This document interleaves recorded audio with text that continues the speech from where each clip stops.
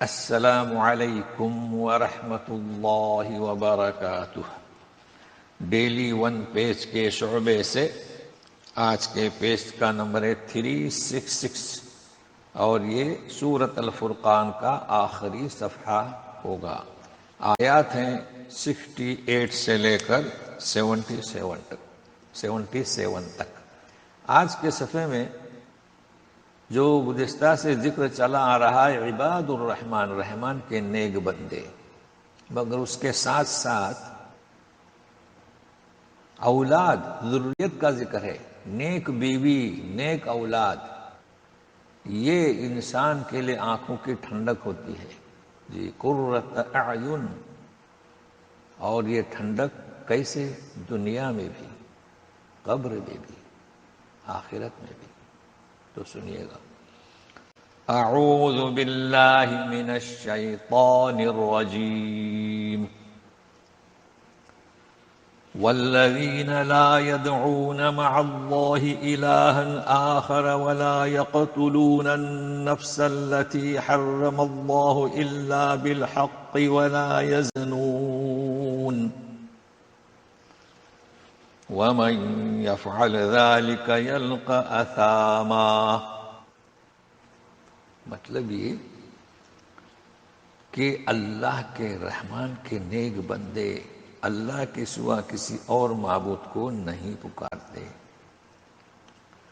اور نہ کسی نفس کا قتل کرتے ہیں، مرڈر، کہ جسے اللہ نے حرام کر دیا ہے، ہاں الا ہے کہ بالحق، جائز طریقے سے۔ جائز طریقہ کیا ہے؟ کسی کا مرڈر کیا اس نے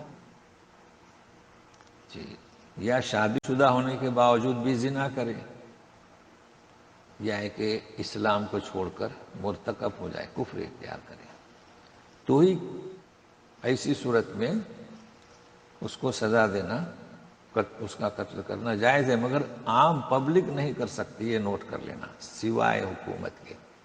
کوئی زنا کرے تو پبلک اسے سزا نہیں دے سکتی جی ہاں۔ یہ اور بات ہے کہ زنا کی سزا وہ سنسار اسے کہتے ہیں، پتھر مار مار کے، مگر یہ کہ ہم شرع میں بتا رہے ہیں، لیکن یہ کہ سزا دینے کے لیے حکومت، اسلامی حکومت۔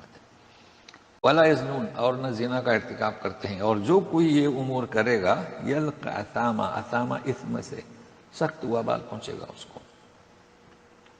اور یہ تینوں گناہ اتنے سخت ہیں، یضاعف له العذاب یوم القیامت ویخلد فیہ مہانا، کہ قیامت کے دن عذاب دونا کر دیا جائے گا اور اس رسوا عذاب میں رسوا ہو کر ہمیشہ رہیں گے۔ کیونکہ دیکھیے، زنا کرنا، اس سے اولاد پیدا ہوگی تو ماں باپ سے محروم رہتی ہے۔ جیسے کہ آپ مشاہدہ کرتے ہیں مسجد کے پاس، درخت کے پاس، عام راستے پر، ہاسپٹلوں میں، تو اس کا دین کیا ہوگا؟ تو یہ بڑا کبھی فعل ہے۔ اور کسی کا مرڈر کر دیا تو ایک فیملی کا جو سہارا تھا، آسرا جی، تو اس اسرے کا، اس فیملی کا کیا ہوگا؟ اور دائرے میں، دائرہ اسلام کا اسے چھوڑ کر کفر کرے تو یہ سزائیں ہیں۔ تجوید والی متوجہ ہوں، یہاں ہم پڑھ رہے ہیں فیہ مہانا جی، جبکہ ہم بتا چکے ہیں کہ یہ مد صلہ ہے، اور ہا کے نیچے زیر ہو، اس کے پہلے یا ساکین ہو تو وہاں کھڑا زیر نہیں لگے گا، اور نہ چھوٹی یا، مطلب وہاں مد نہیں ہوگا۔ تو یہاں یہ فیہ استثناء ہے، تو یاد رکھے گا ہر قاعدے میں استثناء ہوتا ہے، تو یہ استثناء ہے، یہاں پر مد صلہ ہوگا۔ اب یاد رکھیے کہ یہ جو گناہ بتلایا گیا ہے نا، سزا، تو معافی کی شکلیں بھی بیان کی جا رہی ہیں کہ وہ شخص توبہ کرتا ہے۔ تو سنیے گا پہلے آیت، إِلَّا مَن تَابَ وَآمَنَ وَعَمِلَ عَمَلًا صَالِحًا فَأُولَئِكَ يُبَدِّلُ اللَّهُ سَيِّئَاتِهِمْ حَسَنَاتٍ وَكَانَ اللَّهُ غَفُورًا رَحِيمًا۔ ہاں، سوائے کہ جو توبہ کر لے، ایمان لائے، اعمال صالحہ کرے، تو یہ لوگ ایسے ہیں کہ اللہ تعالیٰ ان کے جو گناہ ہے انہیں اپنے فضل سے نیکیوں میں تبدیل کر دے گا۔ دیکھیں نا آپ نے، ایسا اللہ تعالیٰ کا کرم ہے. اللہ تعالیٰ غفور اور رحیم ہے.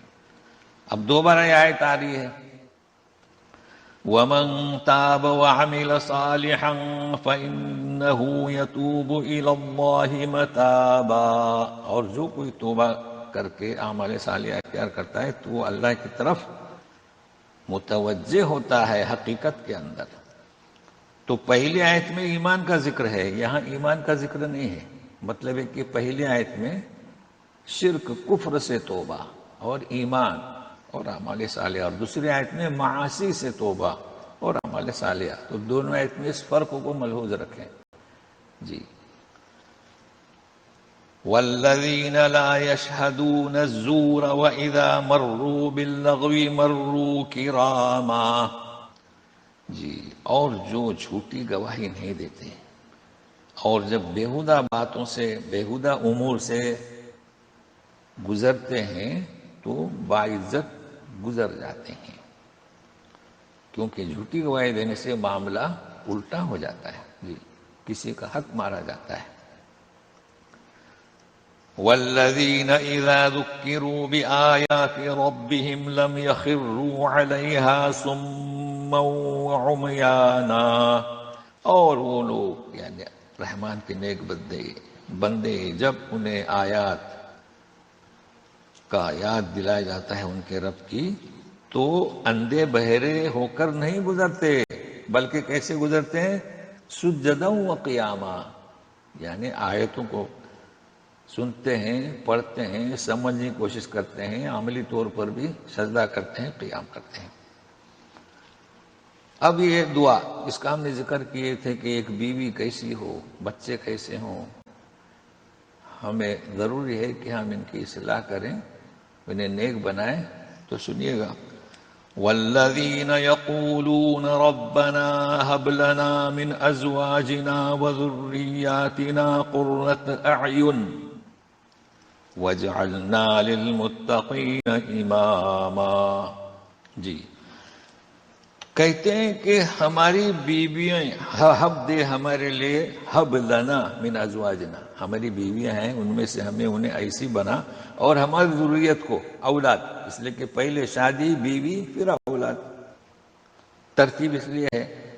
قرۃ اعین، ہمارے آنکھوں کی، قرہ یعنی ٹھنڈک، سکون، خوشی جی.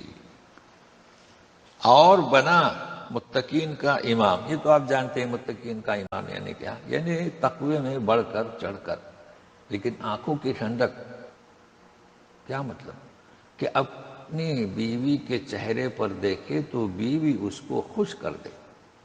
ہوتا ہے نا، شوہر تھکا مارا آتا ہے باہر سے، اب داخل ہوا تو بیوی ایک سکون ہوتی ہے اس کے لیے، تو اسے چاہے کہ ہمیشہ ہشمکھ. اب اگر کوئی بیوی باہر شوہر آ رہا ہے اور تلخ مزاج ہو تو وہ ٹھنڈک نہیں ہے.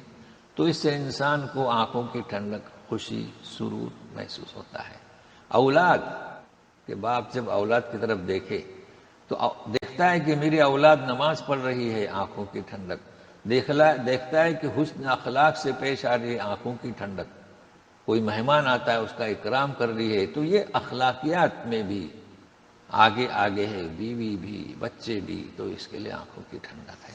اچھا، اس کی دعا کرتے ہیں. تو کیا آنکھوں کی ٹھنڈک؟ اس کے لیے آپ یہ جو نوٹ ہے نا پڑھ لیں.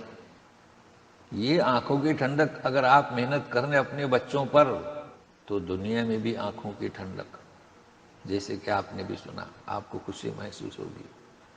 اور جیسے کہ حدیث ہے ازامات ابن آدم، حدیث ہم نے یہاں نوٹ کی ہے، تو پھر سب عمل اس کے منقطع ہو جاتے ہیں سوائے کیا؟ 3 چیزیں.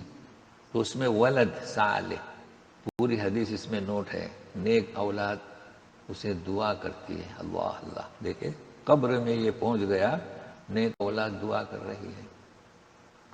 اور آخرت میں تو وہ ہے کہ دنیا میں خوشی، قبر میں جائے گا تو دعا کام آتی ہے بچوں کی.